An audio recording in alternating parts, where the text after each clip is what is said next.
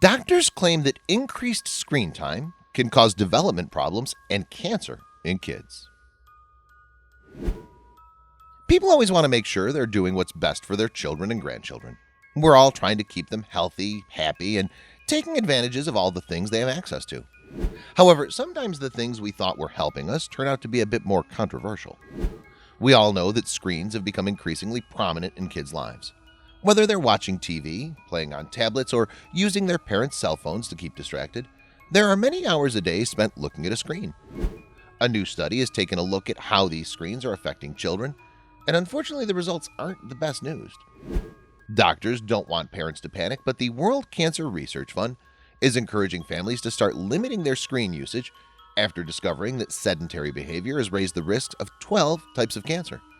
This also affects adults, but it's kids who are getting a suggested time limit.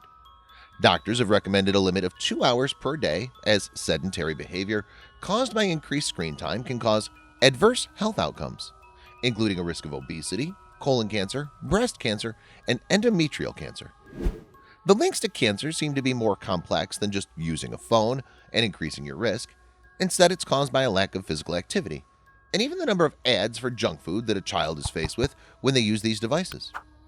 These habits formed as a child continue later on in life, helping those risk levels elated. Not only is there an increased cancer risk, but Dr. Katie Williams, ophthalmology clinical research fellow at King's College, also revealed that the increased screen time has been found to cause nearsightedness.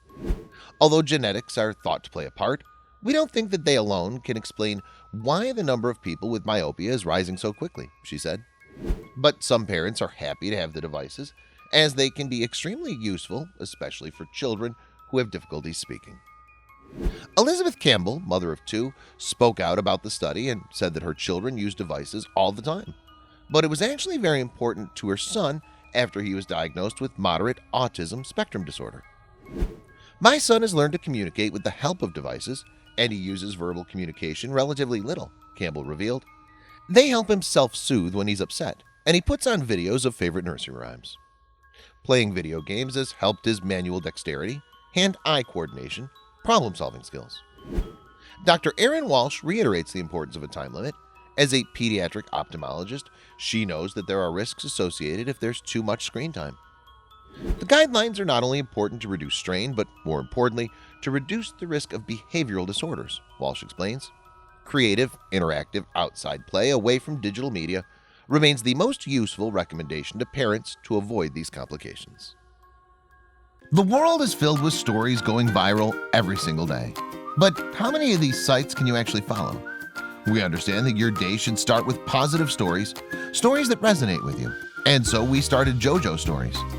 Our mission is to create meaningful stories that cover everything from animals to anthropology, history to environment and lifestyle. The kind of content you read on our site will be one you'll want to share with your family and friends. We hope you'll join our growing family and be part of our community. Welcome to JoJo Stories. JoJoStories.com.